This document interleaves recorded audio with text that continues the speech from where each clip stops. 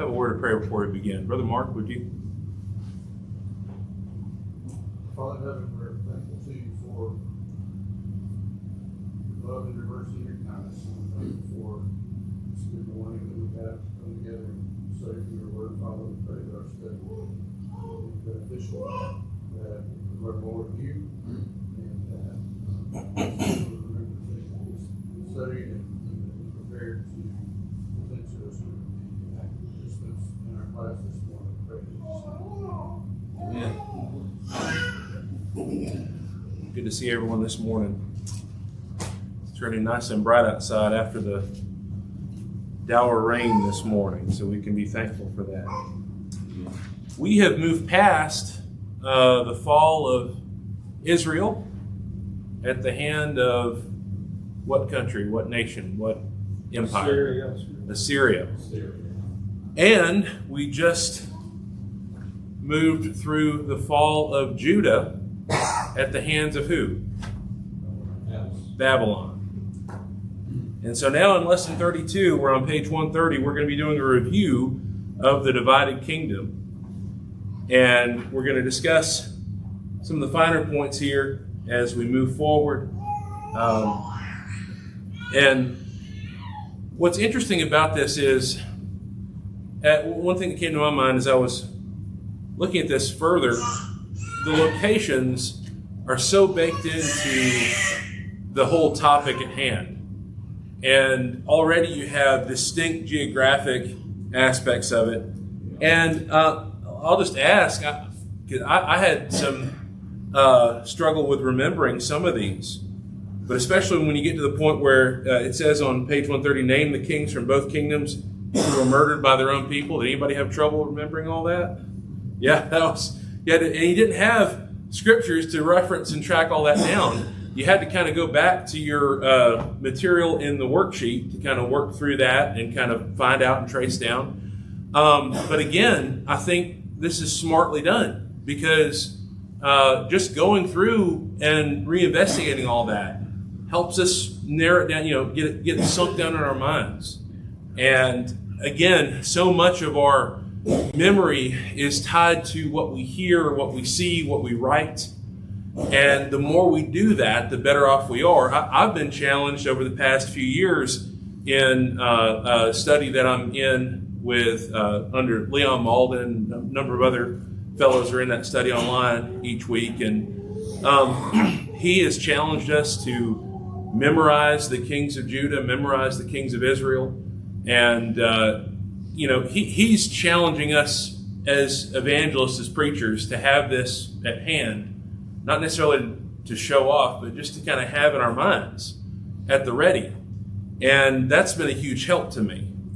And I would commend the same thing to you. Not that you always have to keep in mind that, who exactly Jehoahaz was and all those things, but it will deepen your knowledge of the Bible. And I think that's really the stress that I've understood over the years is that the emphasis on the fact that there's a ton of knowledge in the Bible that I'm not necessarily, I don't believe I'm going to be judged on the day of judgment if, whether I know who Baasha was. But I do think it's going to help me tell the story. I do think it's going to help me know why God did all this, because it's a piece of the puzzle. It's a part of the whole story. So I would commend those thoughts to you that we can continue to develop in Him and in His knowledge. So as we review this, we see the first section up there to answer Israel or Judah. So let's go through here.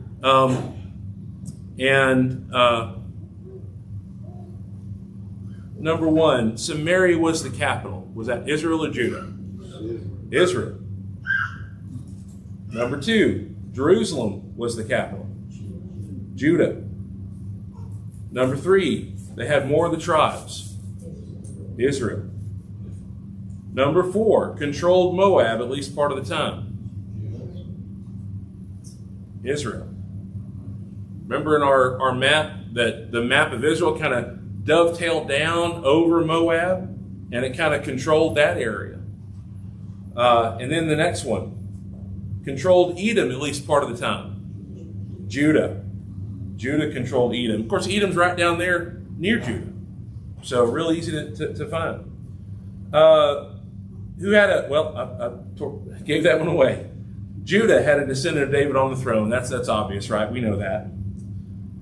Number 7, which of these nations became wicked faster? Israel. Israel was the first to fall.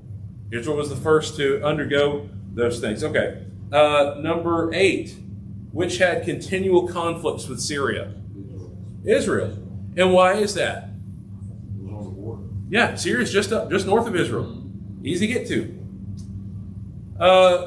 Number 9, they still worship Jehovah at the temple, at least outwardly, would be Judah.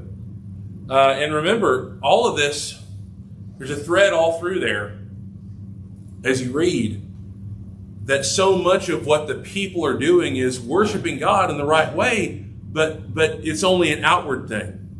It's not real. It's not a real inward change. And that's the big thing that the prophets like Isaiah and Jeremiah exposed.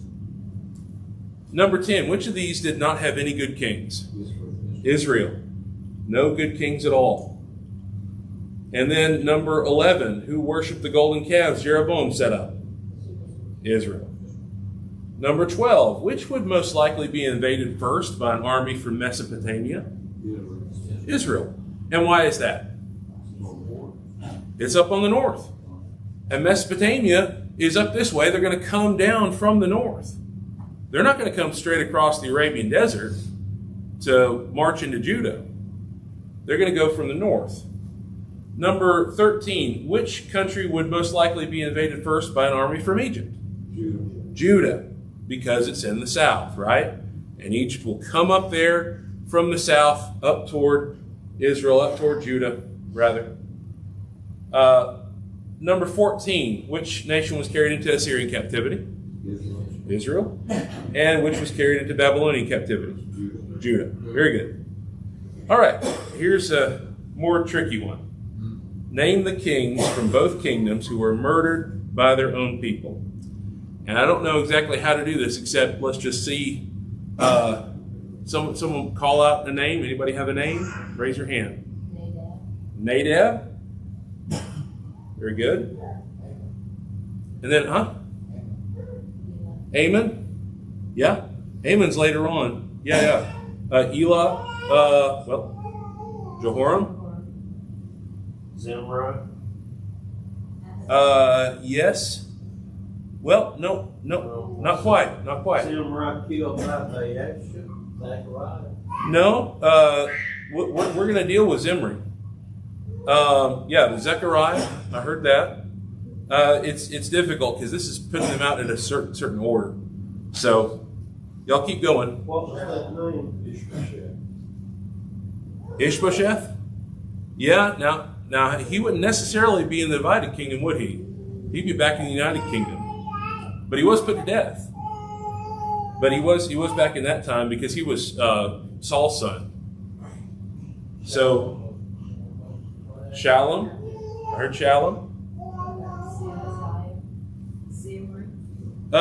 Zimri is another question, actually, in just a minute.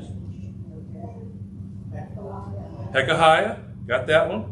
And then Athaliah, very good. Then Pekah. I'm sorry, what'd you? Basaj. Oh, yeah. Baasha. Well, I don't think he's in. No, he's not in this list. But he is in another list in just a little bit. Ahaziah. Mentioned Athaliah. Joash. Very good. Then Amaziah. And I think somebody mentioned Ammon. So there we are. Now, we mentioned Zimri a few times. Who killed himself to avoid being captured? Zimri. Remember, Zimri started the fire in his own place and let the place burn down on him instead of being captured. So he killed himself. Suicide. So, those are a little tricky, and I appreciate y'all, rolling through that. And I apologize, that wasn't the smoothest way to do it. But then this one is pretty interesting. Name the first king of each new dynasty in Israel. Let me just, before we go into this one, how many dynasties were there in Judah? One, yeah. The house of David. Every person that sat on the throne outside of Athaliah was a son of David, was of the Davidic line of kings. But Israel was different. Now, what promise did God make? Let's say a new dynasty. We know who was the first king of Israel, northern Israel. Jeroboam. So Jeroboam is obviously going to be the first that we talk about with a new dynasty. What promise did God make to Jeroboam about his kingship? If he was faithful, I'll just sum it up, if he would faithfully follow God and do his will, there would never fail to be a king from his line sitting on the throne. Yeah. As Bill Hall put it in his sermon, Jeroboam had it made. Yeah, I mean, he almost had all the promises that David had. Mm-hmm. Now, I say that almost because I don't think that the promises of Jeroboam were messianic. There was not this promise that, someone's going to come from your line that will rule forever. But it did say, if you're faithful, I'm going to keep your family on the throne. But of course, Jeroboam was not faithful. And who put an end to his family line? Miss Janice, you mentioned him just a minute ago. The B name. Baasha, yeah. Baasha put an end to Jeroboam's family line. And in fact, God said, now that you've done this to me, now that you've been unfaithful in this way, your family line is going to be nothing. There's not going to be anybody left. So, we go from Baasha. Who took out Baasha's family line? Zimri. And then, who took out Omri's dynasty? Who took out Zimri's family line? It was Omri. And then, how about Omri's? Jehu. Jehu was told by God, again, this is a command by God. You wipe out Ahab's family line. Of course, remember, Ahab was Omri's son. And so that was a huge shakeup in Israel, which could have turned out really good. And it technically did for Jehu. How many generations did Jehu's line stay on the throne? Fourth generation. Because God said, if you wipe out Ahab's family line, I'm going to keep your family on the throne to the fourth generation. And God did that. That was the promise. But then the promise was fulfilled. And then you have someone else take the throne. What was his name? Shalom. And that was, and then who took over after that at some point? Well, Menahem.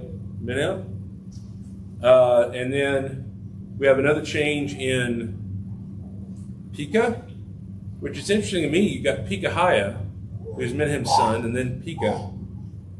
But then finally, Hoshea. Very good. Okay, so let's talk about which king. Which king did these things? Which king set up golden calves for his people to worship? Jeroboam. Yes, sir. Jeroboam. Yes, absolutely. Which king married Jezebel? Ahab. Which king killed all of Jeroboam's family? Baasha. Which king became king when he was only 8 years old? Josiah. Number 5. Which queen killed her grandchildren and usurped the throne? Athaliah. Very easy to see that. The only queen in Judah for only about 6 years. Which king burned the palace over himself to keep from being captured? Zimri. We mentioned that already. Which king killed all of Ahab's family? Jehu. Uh-huh. Which king lost nearly all his territory to the Syrians? Jehoahaz. Which king was stricken with leprosy because he tried to offer incense in the temple? Uzziah. Which king had his life extended 15 years in answer to prayer? Hezekiah. Which king cut a scroll of God's word with his penknife and burned it? Jehoiakim. That's one of the most, to me, the most iconic stories in the Old Testament, where he doesn't like what he's being told, so he just takes his penknife and shreds that thing and tosses it in the garbage. And then Isaiah just writes another one. James today. Yeah, they do. They do. Nebuchadnezzar burned the city of Jerusalem in his day. Zedekiah. And why was that? Why was Nebuchadnezzar so harsh with Jerusalem? Yeah. It was and we're going to talk about that a little bit in the next lesson, but that just constant rebellion was the trigger. Which king refused to lighten the tax and work burden his father had begun? Rehoboam. All these great projects and programs that Solomon had begun to magnify and glorify what he had been given by God, but Rehoboam ruined it all. Which king was hidden by Jehoiada the priest until he was 7 years old? Joash. Who was a good king himself, but made friends with wicked Ahab? Jehoshaphat. Who hired Tiglath-Pileser to attack Israel and Syria? Ahaz. All right. Very good. Let's talk about prophets. Which prophet predicted a drought that lasted 3.5 years? Elijah. Who was sent to warn the people of a foreign capital? Jonah. Sent to, where did he go? Nineveh. And Nineveh was associated with? Assyria. Remember the wickedness of Assyria, and that's likely why Jonah didn't want to go. But that didn't stop his need to be faithful. Which prophet predicted Josiah would destroy the shrine of the golden calf at Bethel? The man of God. We're not given his name. We're not told anything about him. Which prophet told Jeroboam he would reign over 10 tribes? Ahijah. Which prophet was taken to heaven without dying? Elijah. Which prophet was killed by the king his father had saved from death? Zechariah. Which prophet assured Hezekiah the Assyrians would not fight Jerusalem at that time? Isaiah. Which prophet said, "Give up, it's too late to avoid destruction"? Jeremiah. Now think about that the next time someone says, we need, just, don't focus on the negative, just be positive. Okay, well, that's necessary to preach both. And Jeremiah teaches us that. Which prophet made an axe head float? Elisha. Which prophet described the sin of Israel as spiritual adultery? Hosea. And he was the perfect prophet to do so because of what God commanded him. Which prophet predicted the fall of Nineveh and rejoiced over it? Nahum. Some of these were really easy because you can see the name of the prophet right there in the passage. But which prophet used a swarm of locusts as a symbol of God's judgment? Joel. Very good. Now let's finish up with this section of which foreign kings. And again, I want to stress, God's not expecting us, I think, to know every single foreign king that was there.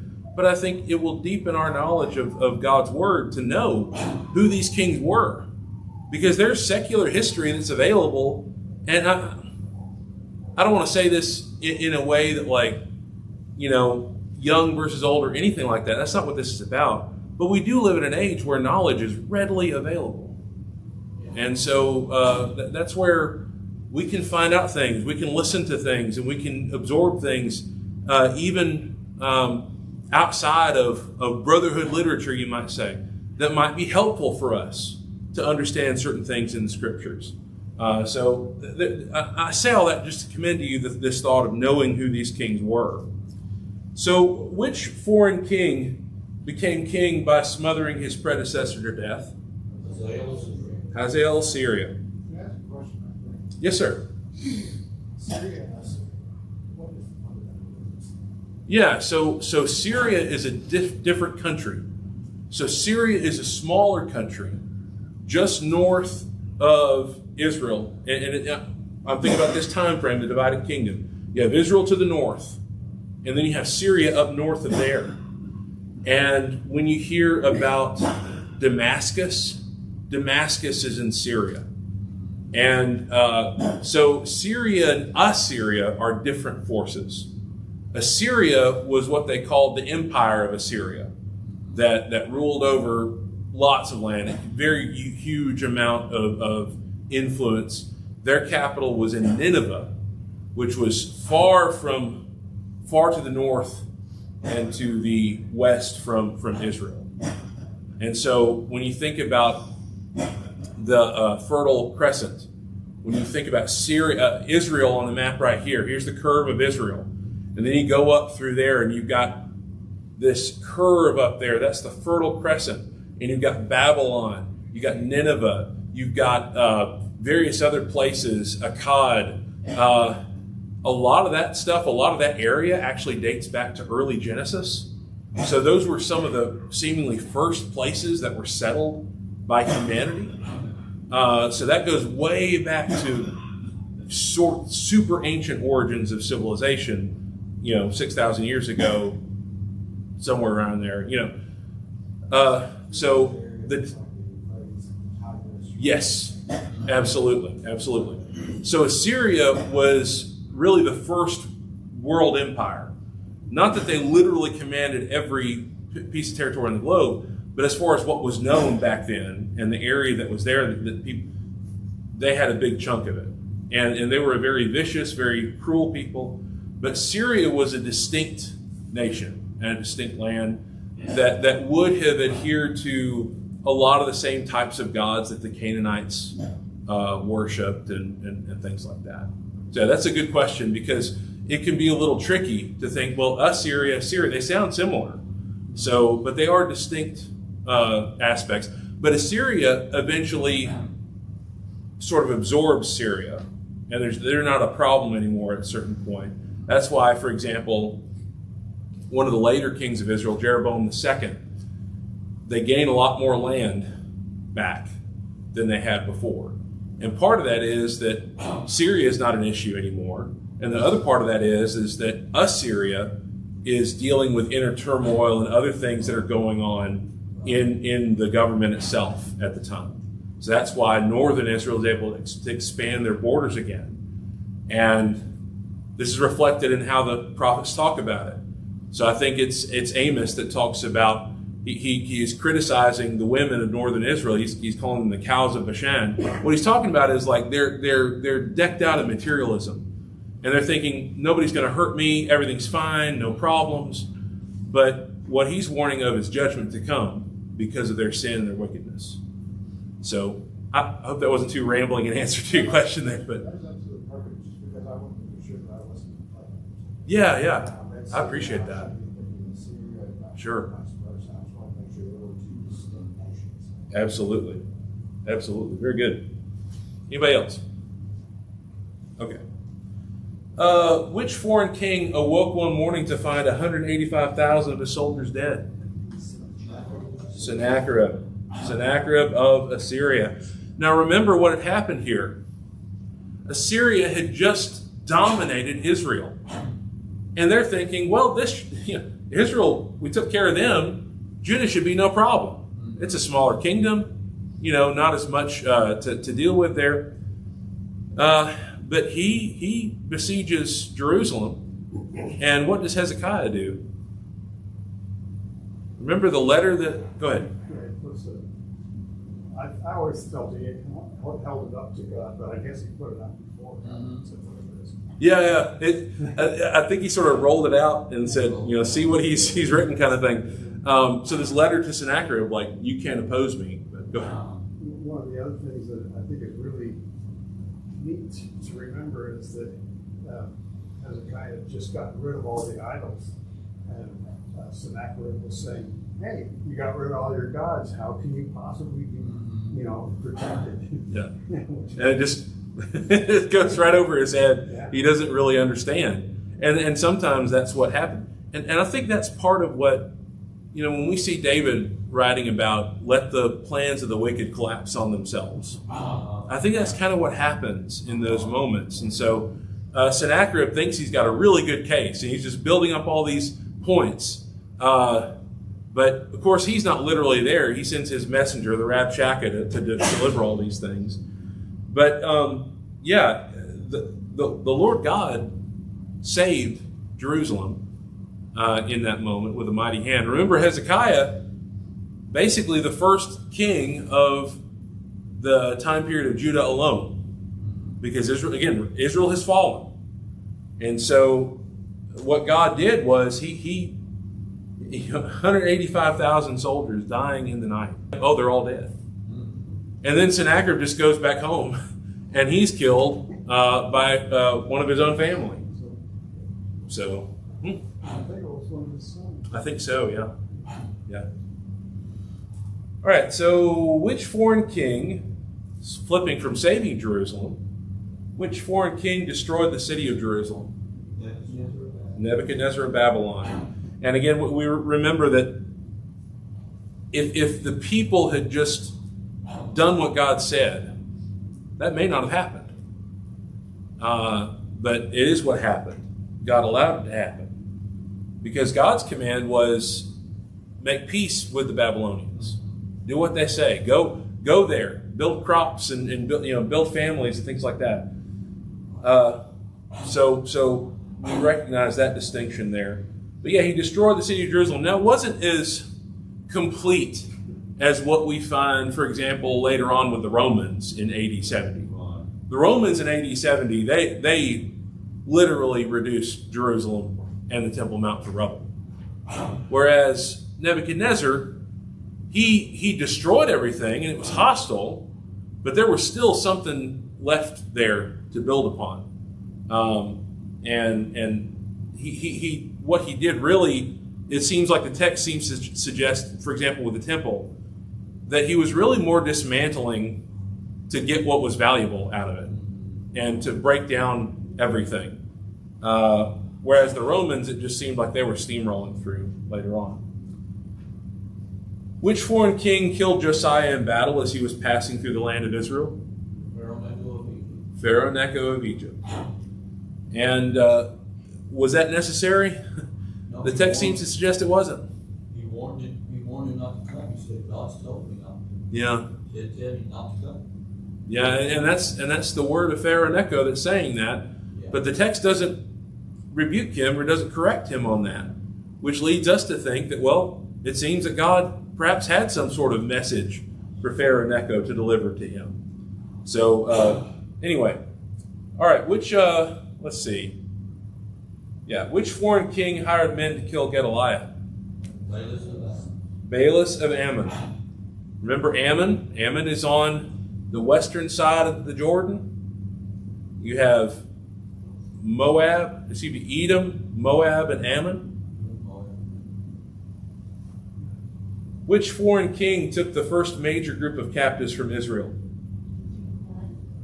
Tiglath-Pileser of Assyria, also known originally as, any extra credit points? Pul. Who was the first foreign king to attack after the division of the kingdom?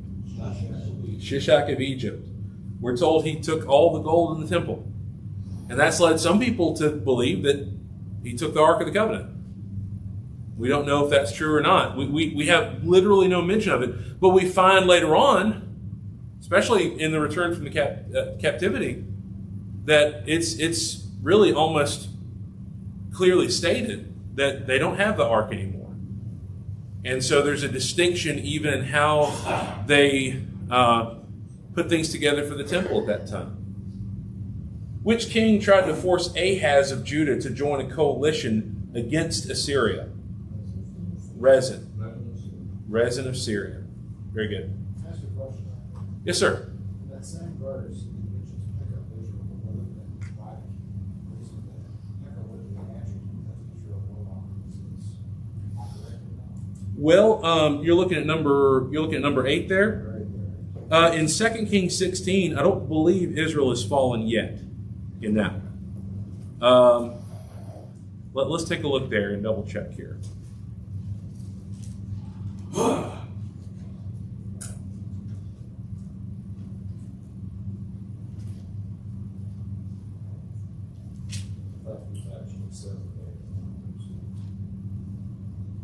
Oh, number 7? Oh, number 8. Yeah.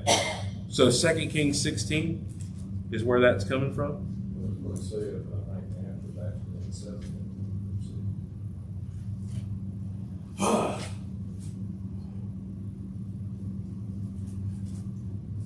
You said the answer is in verse 7? 17, chapter 17. Oh, okay. I think you missed it.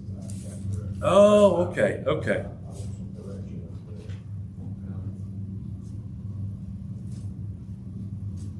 And the verse that I was looking at was 16:5. Yeah, I think you're in this time. So one thing to keep in mind when we're reading the Bible, it's not always necessarily chronological. So some of the time is going to bleed through.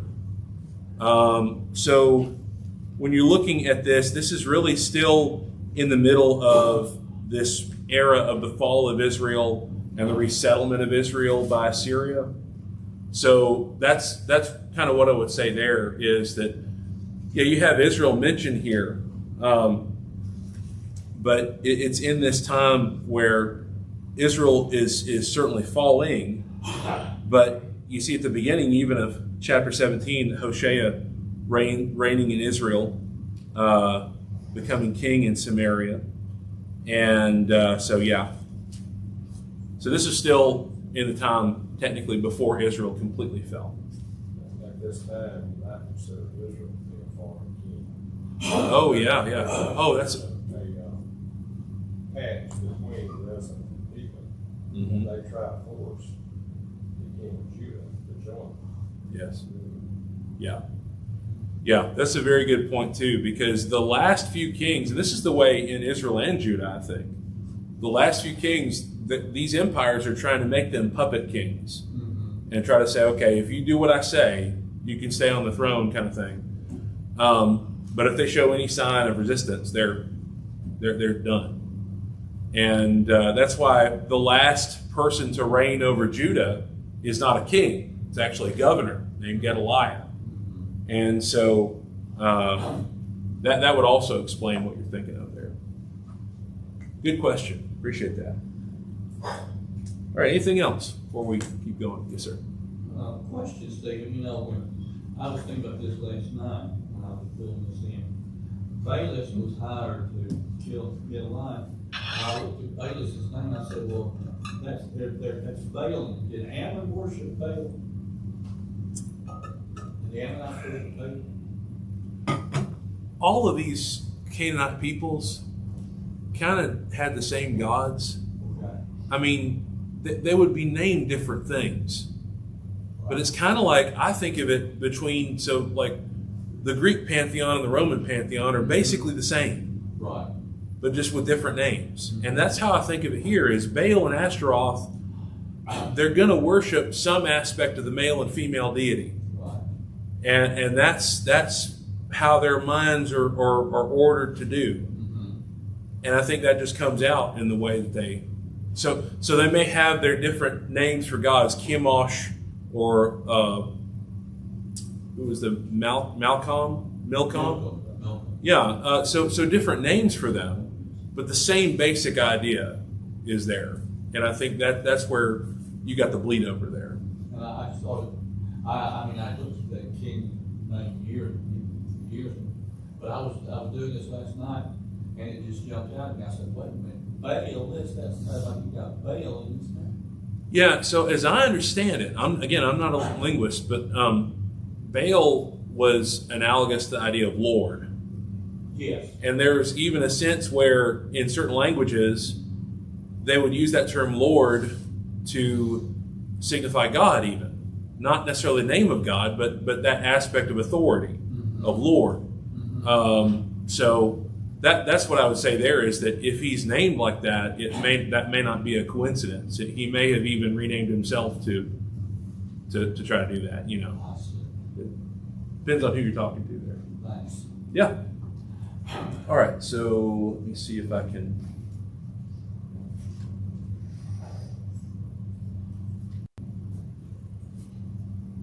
Let me move to our next slides here. So we're moving into this next era. We've gone from the divided kingdom to Judah alone. Now we're in the captivity. You can also say Babylonian captivity to specify there. Here's our map of the Babylonian Empire. And what's interesting about this, Brother Waldron hits on this very well. We don't really know very much about the Babylonians. They didn't keep the same amount of writing that the Assyrians did. And the writing that they do keep, if you go and look at what it says, it's a lot more cold than the Assyrian stuff. It's a lot more, I guess, stale and dusty, because it's much more like this king went here and conquered this place, and this was the spoil. Whereas the Assyrians would be much more like a storm I came upon him, none were spared. And I heard somebody say once that the Assyrians wrote like Darth Vader is like chronicling his conquest, you know. So this kind of epic, kind of colorful language was not so with the Babylonians, and so we just don't really know a whole lot about them except some kind of record. They haven't found a lot of records of them, whereas the Assyrians were fairly detailed. But when we think about the captivity and why this all happened, yes, sir. Oh, sorry to interrupt there. No. Were they doing it in cuneiform or something else? Yeah, a lot of the Assyrians did a lot in cuneiform. Because there's been some breakthroughs with AI where you can now read a lot of that. So, Yeah. There's going to be some interesting stuff come out of that whole. Could be. And there's stuff like that coming out all the time, and there are certain digs that are happening in the Middle East that will always turn up certain things. What's interesting from a modern perspective, I think if I remember correctly, the place that once was Babylon is now Iraq.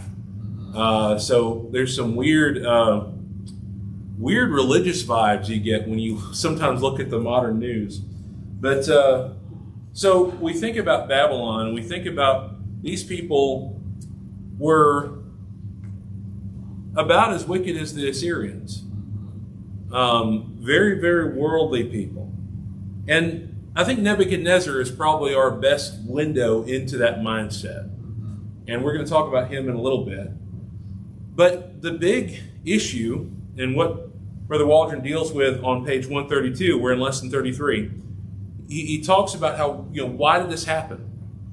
And I think that's a good thought process for us to go down, because we want to try to get ourselves in the mindset of those in Judah who have been carried away captive, and try to think about that. Because it's really hard for us to understand in our day what it would be like to be taken from your home, forcibly relocated somewhere else, and to think about it from that perspective. It's very difficult because we don't typically have that today. And so as you think about this, why did this happen? I want to turn to Psalm 89. Psalm 89. I like to look at Psalm 89 before I read the book of Daniel, because I think about this and I think that, this is likely the kind of things that Daniel was thinking about. There's a restatement of the promises that God made to David in 2 Samuel 7. There's sort of a restatement of those in this psalm, in Psalm 89. We're told in the heading, this is a contemplation of Ethan the Ezrahite. And I don't know who he was. I don't have a lot of information on him. But if we pick up in verse 33 of Psalm 89. Verse 33. He's talking about, again, if my sons don't do right, I'm going to punish them. Verse 33, nevertheless, my loving kindness I will not utterly take from him, nor allow my faithfulness to fail. My covenant I will not break, nor alter the word that has gone out of my lips. Once I have sworn by my holiness I will not lie to David. His seed shall endure forever, and his throne is the sun before me. It shall be established forever like the moon, even like the faithful witness in the sky. So there's that language of forever. There's that language of eternal. This is all messianic. And it's helpful for us. I mean, it's easy for us to see. He's talking about Jesus here. This is the seed after him. The seed promise had not yet been fulfilled. Yes, God had, what were the other two promises that God made to Abraham? Great nation. Great nation. Land promise. And land. Had those promises been fulfilled by this time? Absolutely. Hundreds of years before, they had been completely fulfilled. You go back to the book of Joshua, and Joshua says, God has fulfilled it all. He's given it all. And now, the promise that's left, though, through your seed, I will bless all nations. But you note in verse 38, but you have cast off and abhorred. You have been furious with your anointed. You have renounced the covenant of your servant. You have profaned his crown by casting it to the ground. You've broken down all his hedges. You've brought his strongholds to ruin. All who pass by the way plunder him. He is a reproach to his neighbors. This is the fulfillment of what we see in this passage. When Brother Waldron, about halfway down, when he says, read Deuteronomy 28 to see one of the most vivid descriptions of their destruction to be found in the entire Bible. I don't know if you read Deuteronomy 28 in prep for this. But if you did, didn't your heart just kind of sink? And you think about how far they were pushed. I mean, there are details in there, and we know that when they were besieged, they were resorting to horrible deeds to try to survive. Yes. And so we don't want to go into those grisly details right now. But this is sort of the same thing here. It's on the other end of that. To kind of think about, but he was talking about from the standpoint of God. Now, verse 38, he's talking to God. He's saying to God, you have cast off and abhorred. You've been furious with your anointed. This sense that we're in captivity. But the point of this all is God's promise stands firm. And so he even says, look at verse 49. Lord, where are your former loving kindnesses, which you swore to David in your truth? Sometimes when we face severe trials, we might even think about that and say, well, I thought this was supposed to work out okay. I thought all things worked out well for believers. Right? Didn't Paul talk about that in the Corinthian letters? But the point is not necessarily that I'm having trouble. The point is the last verse. Blessed be the Lord forevermore. Amen and amen. Even in spite of those trials. And that's what the people needed to learn and understand. And so through the work of prophets in this time and through these things, the people are told, they're taught to look back. They're taught to think, well, think about how you got here. When someone hits the bottom, as we talk about, we don't want to make it so hard that we crush their spirit, but we do want to encourage some perspective to kind of think about, okay, you're here. Think about how you got here. Think about where you're going to get, how you're going to get from here up to here. Think about your plan to get to where you need to be. And I think that's part of it. We go through and we think about this devastation of Judah. They were God's chosen people, the great nation that God promised to Abraham, but it all came to a tragic end. And we go back to Exodus 19, where God made the promise, if you will indeed obey my voice and keep my covenant, then you shall be a special treasure to me above all people. For all the earth is mine, you shall be a kingdom of priests and a holy nation. These are the words which you shall speak to the children of Israel. Then all the people answered together and said, all that the Lord has spoken we will do. Easy to say at the start. They were very sure they could keep his commandments.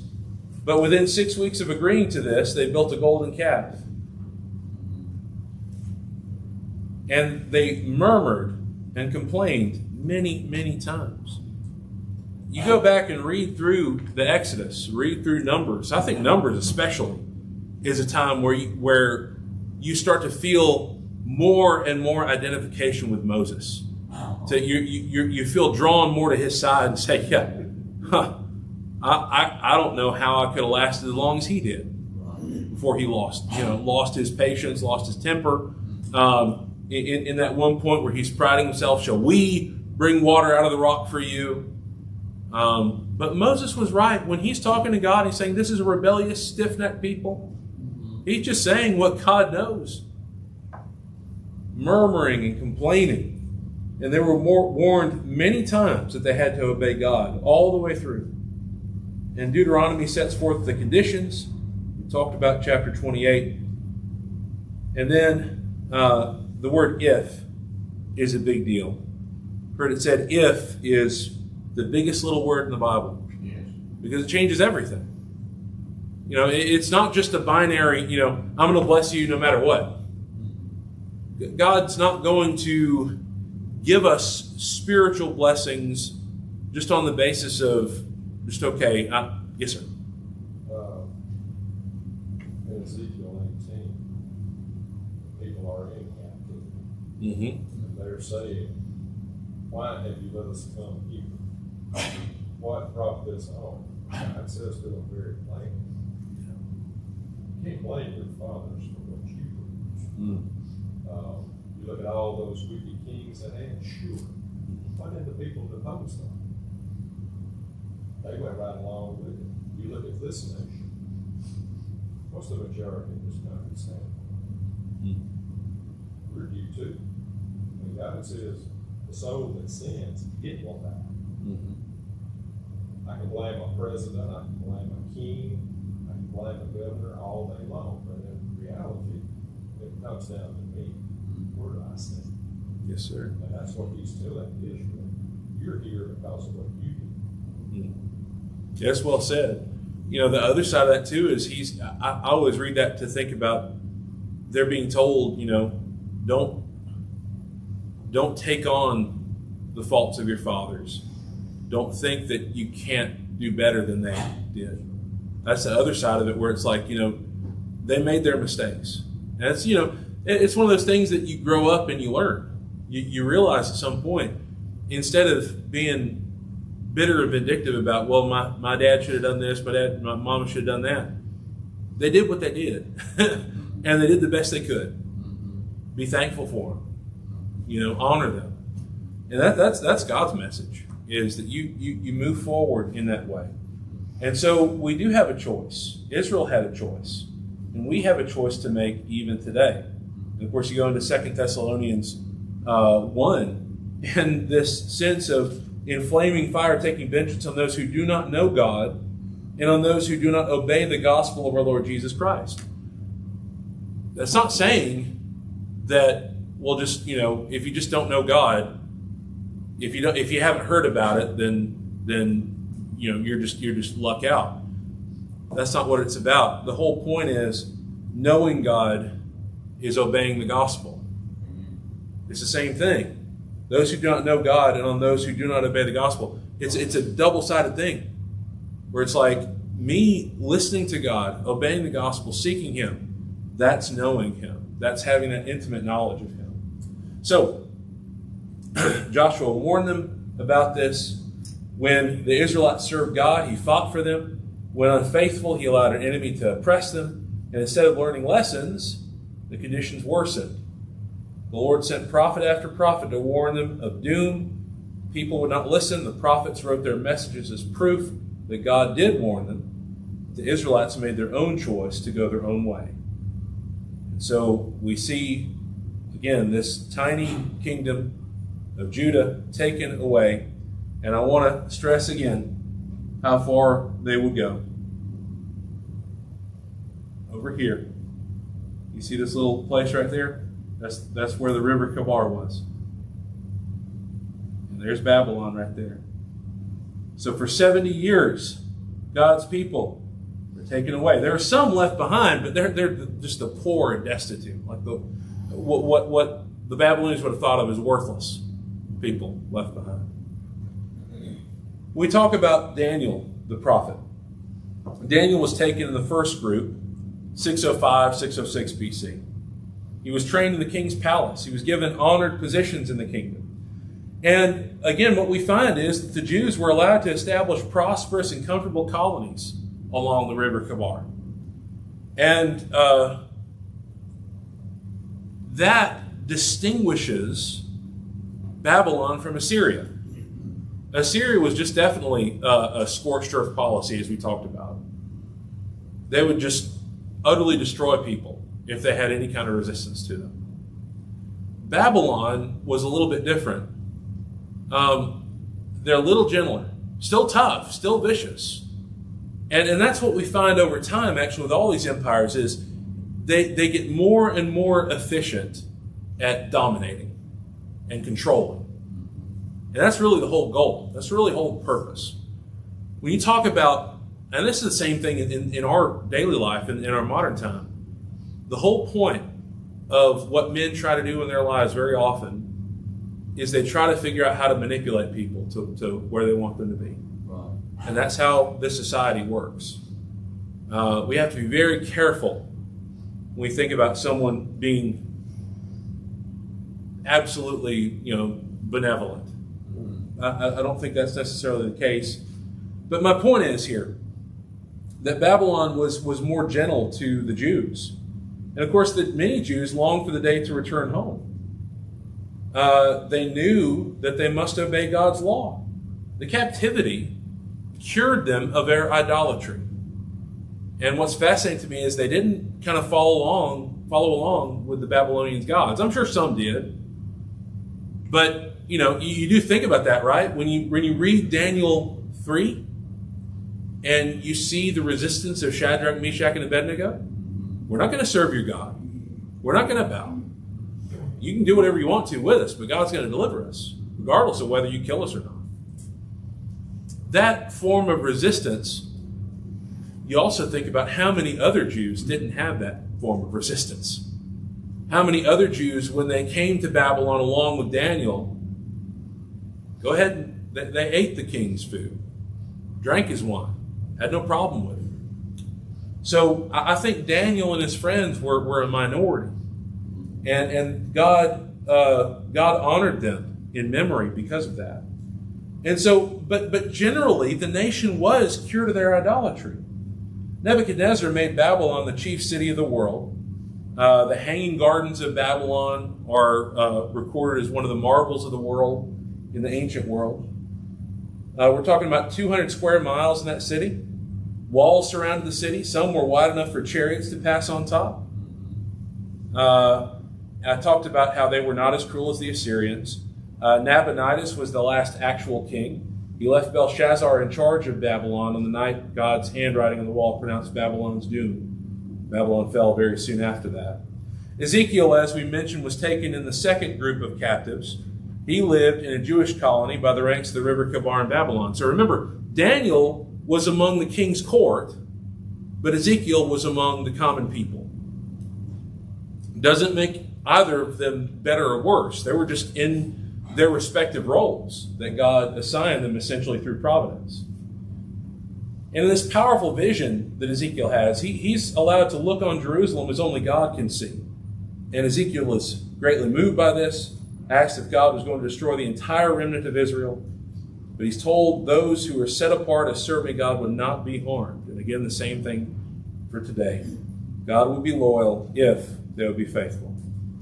And the time has come. The plan is on schedule. The rest of what we look at in this study revolves around this thought that God will heal his people. He will send a Messiah.